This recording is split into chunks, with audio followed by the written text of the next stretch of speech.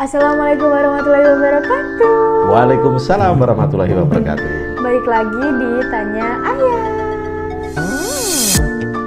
Oke, teman-teman, kali ini Tasya mau tanya ke Ayah tentang itu loh, cerebral palsy.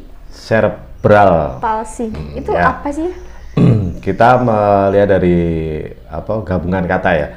Cerebral itu berhubungan dengan otak.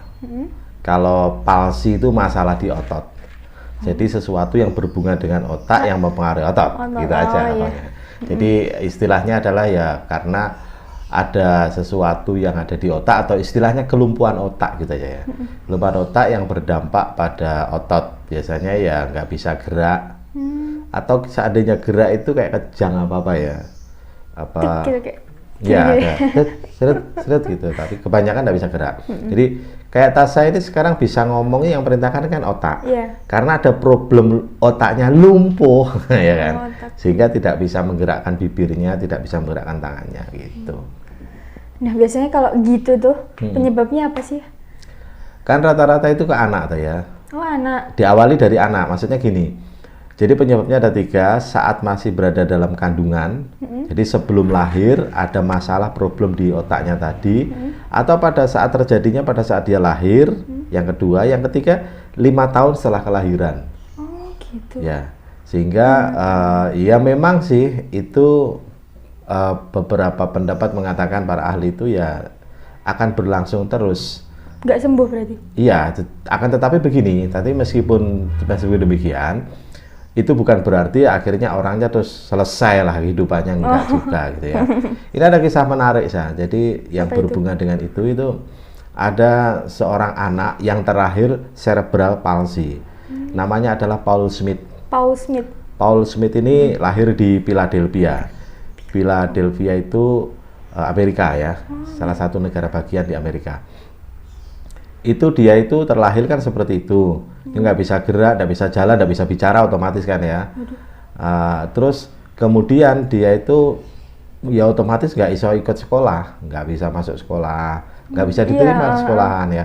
Terus dibawa ke dokter sama orang tuanya, dokternya bahkan ngomong ya maaf bu, ini mungkin usianya nggak bisa panjang si anak ini. Tapi ibunya nggak mau menyerah, dia akhirnya tetap berjuang ya.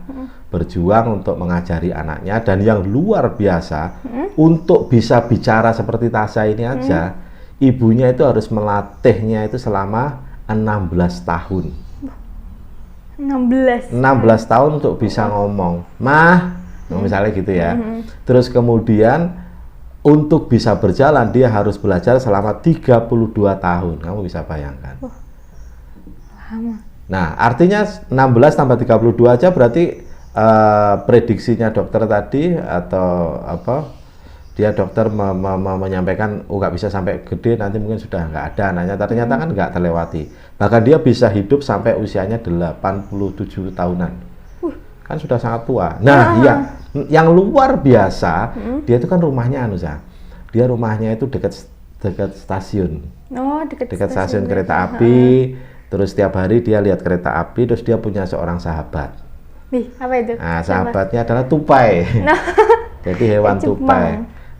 Dia tupai itu jadi sahabat satu-satunya, diajak ngomong, terus akhirnya dia di rumah itu ayahnya punya mesin ketik model lama, yang celak. Nah itu, akhirnya si Paul itu setiap hari di kertas ngetik tek, terus kemudian dia lihat tupainya, terus dia punya kepikiran, kertasnya yang tangan kiri ini megang ya.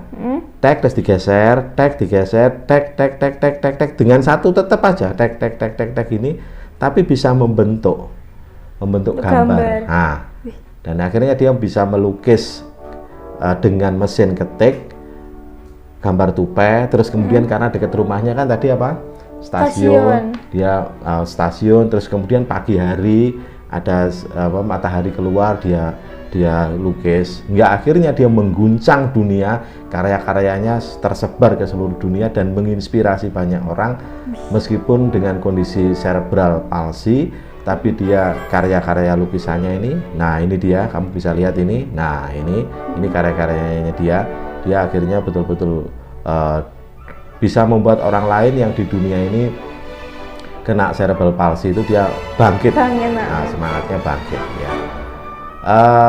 Dari sini kita bisa belajar bahwa yang pertama Tasya mesti bersyukur karena terlahir dalam kondisi yang normal ya. Meskipun dulu kamu itu terlahir dalam kondisi bayi prematur. Itu ini dulu besarnya cuma sebotol gini.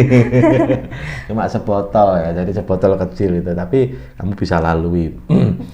Nah, kalau ada mungkin sekarang teman-temannya Tasya ini atau saudara-saudara lah ya, saudara-saudara yang punya saudara mengalami cerebral palsy, jangan menyerah, tetap semangat ya. Makanya setiap tanggal 6 Oktober itu diperingati Hari Palsy Dunia, cerebral palsy, setiap 6 Oktober. 6 Oktober. Itu untuk mengingatkan kita tetap semangat atau paling tidak memberikan perhatian saat masih berada di dalam kandungan.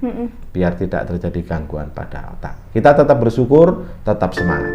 Dan jangan menyerah, ya betul? Ya, betul.